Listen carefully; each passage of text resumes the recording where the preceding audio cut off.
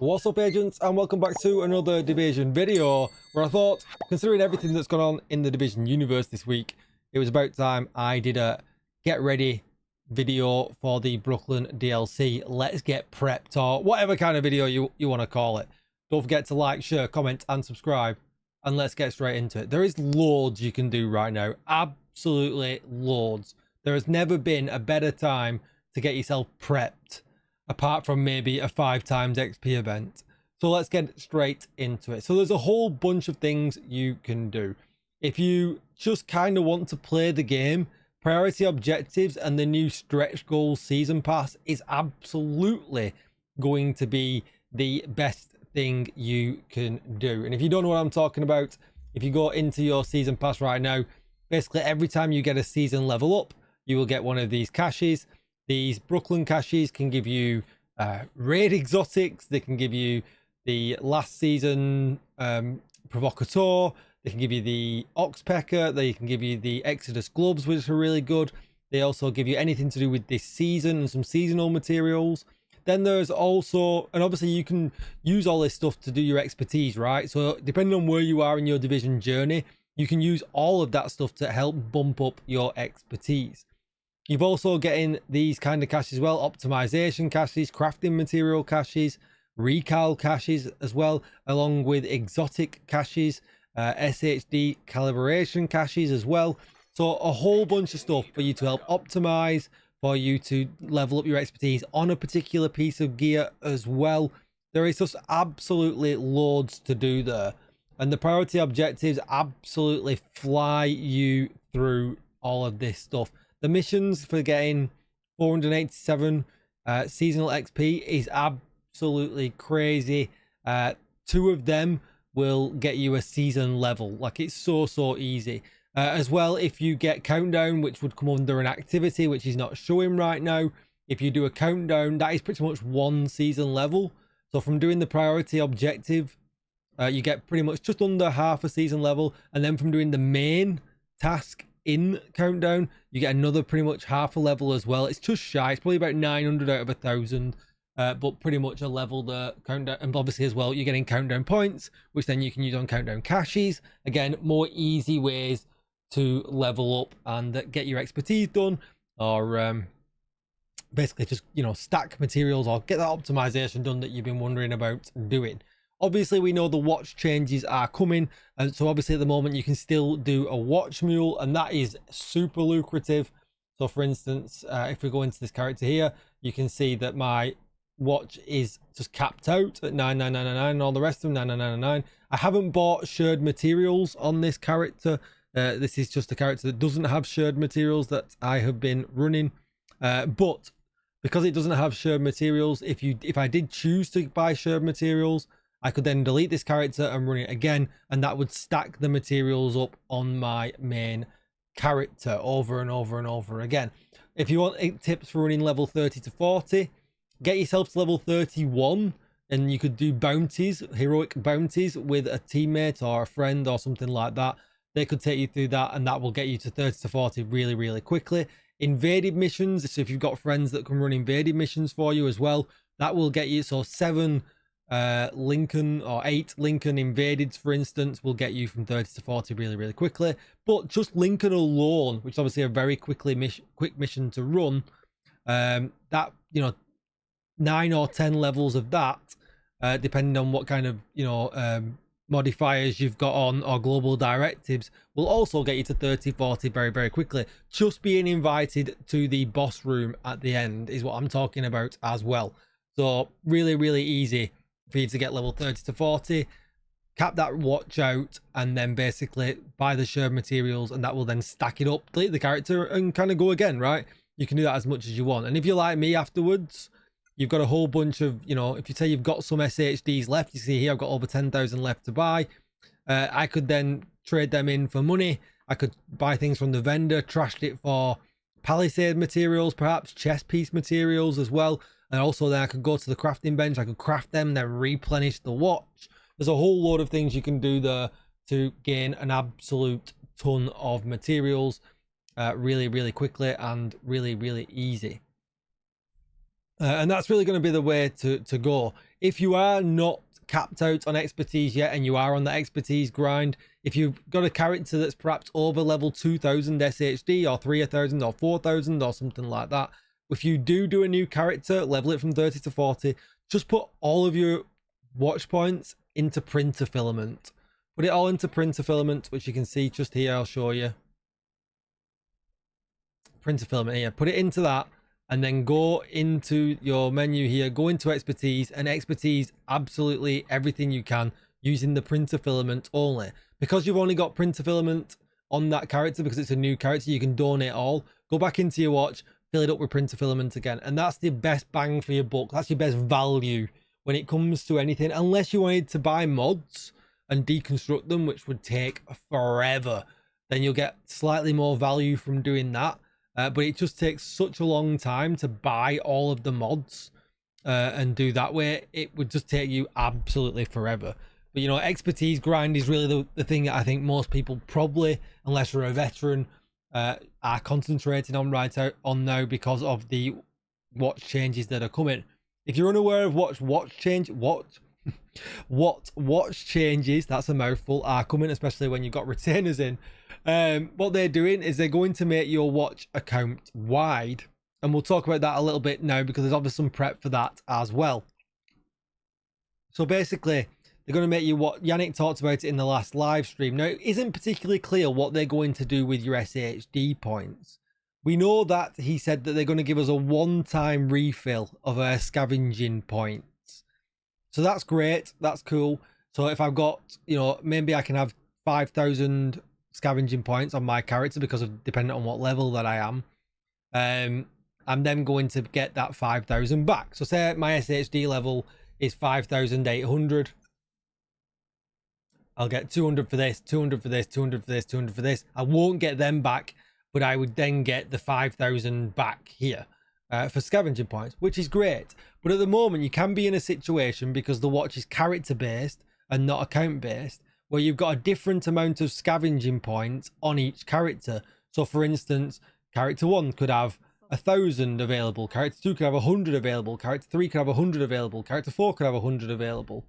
So if they then max your watch out, it wasn't clear if they're going to take all of them scavenging points and add that onto the refill that they're going to give you, or are you just going to get a refill? And that's why I've not kind of done anything with my scavenging points yet. I'm kind of waiting to see if we get some further clarification on that before the DLC drops on the 27th. If we don't get any clarification on that, what I'm just going to do is I'm just going to spend all of my SHDs on money. You can have up to 1 billion currency in this game. So I'm just going to spend it on money.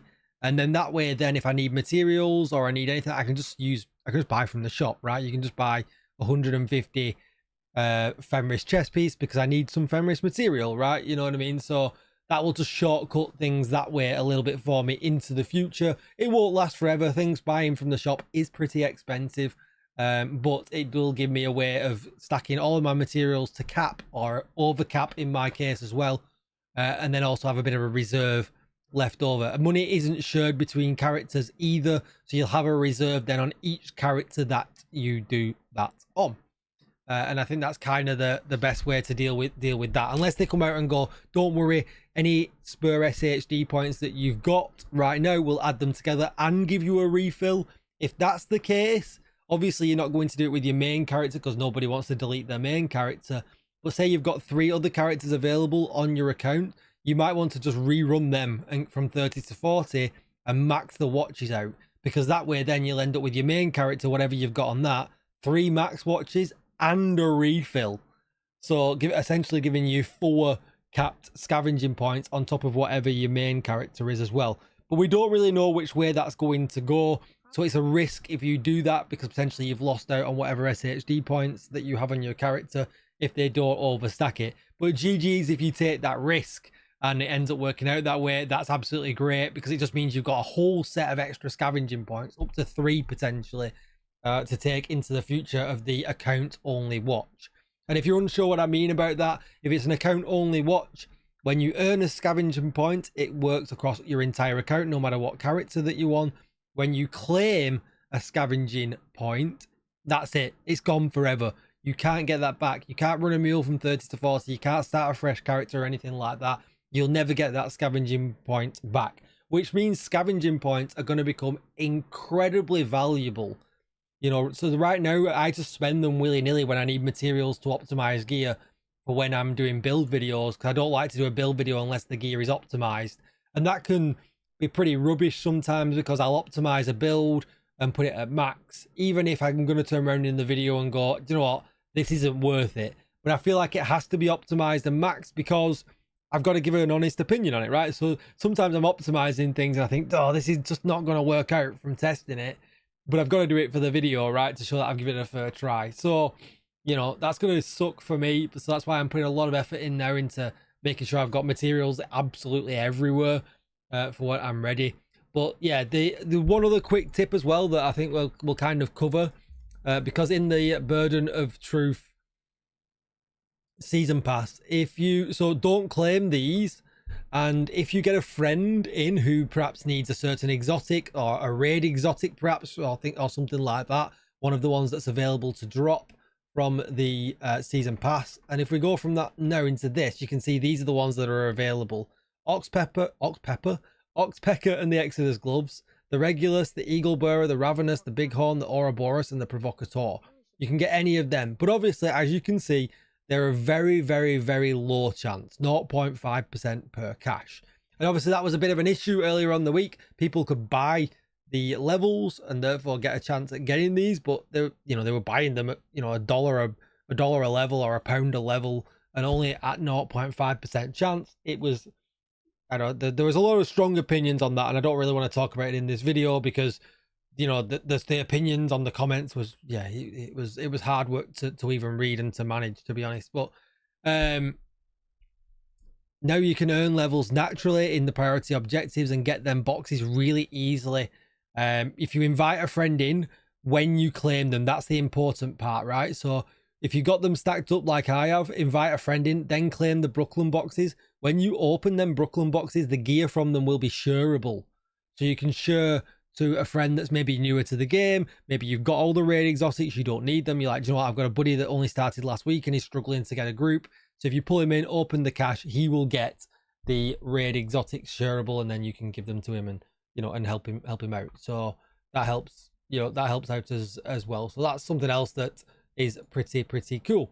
If like me, you can see here, I've not finished certain objectives in the journey because they were pretty annoying, but they do give a chunk of XP. So, not as good as the priority objectives. So if this is going to take you ages, I probably wouldn't bother. I'd just rinse and repeat the priority objectives. But if you can integrate it within your priority objective run, it is probably worth doing. Also, pay attention to having, you might not like them, but the global modifiers, Rogue Momentum, just have it turned on. You do get some decent bonuses from having Rogue Momentum turned on. But if you notice here in the priority objectives, if you have the season pass, you get 10% bonus XP, and you get a further 10% bonus XP for having the global modifiers turned on. So that then will help you, obviously, progress a little bit faster through them, and therefore netting you more and more rewards along the way, whether it be with your main character or with a mule or whatever else.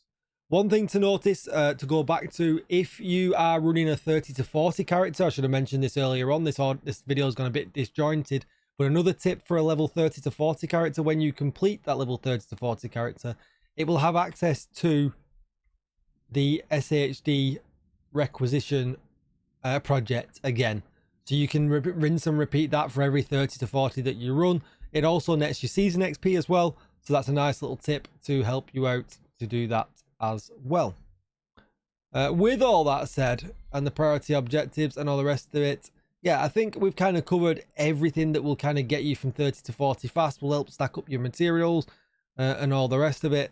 If you've got friends, do it. 11 30 to 40 is really easy to overcap your watch, and that also pays off for people who need expertise levels, right? We've got one chap who will remain nameless in my clan, Capo, and he's not played for a little while, and his expertise is only level 11 right now, but he was level 7 I think yesterday or the day before. So after doing a few 30 to 40 runs, he's already up to level 11. and he's essentially trying to get as close to 28 before the end of the season as he can with his limited playtime.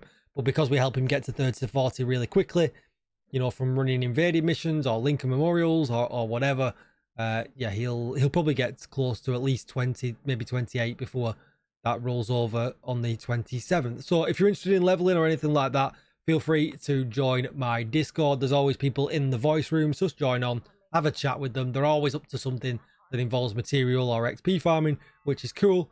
And that is mainly on PC.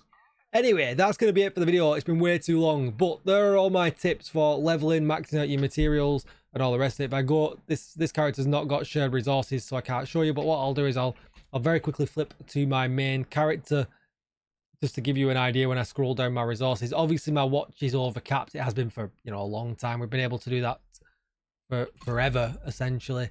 But I'll scroll down very quickly in my resources just to give you an idea of how easy and how quickly it starts to stack up. And obviously, if they make any changes to the cost of things, like you can see here, look, you can see I've got thousands and thousands of these.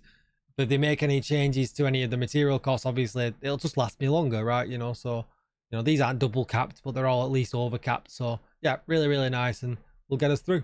That's going to be it for the video. I hope you enjoyed it. Don't forget to like, share, comment, and subscribe. Thanks for watching, agents. I hope you're having a lovely weekend, and I will see you in the next one. Bye-bye.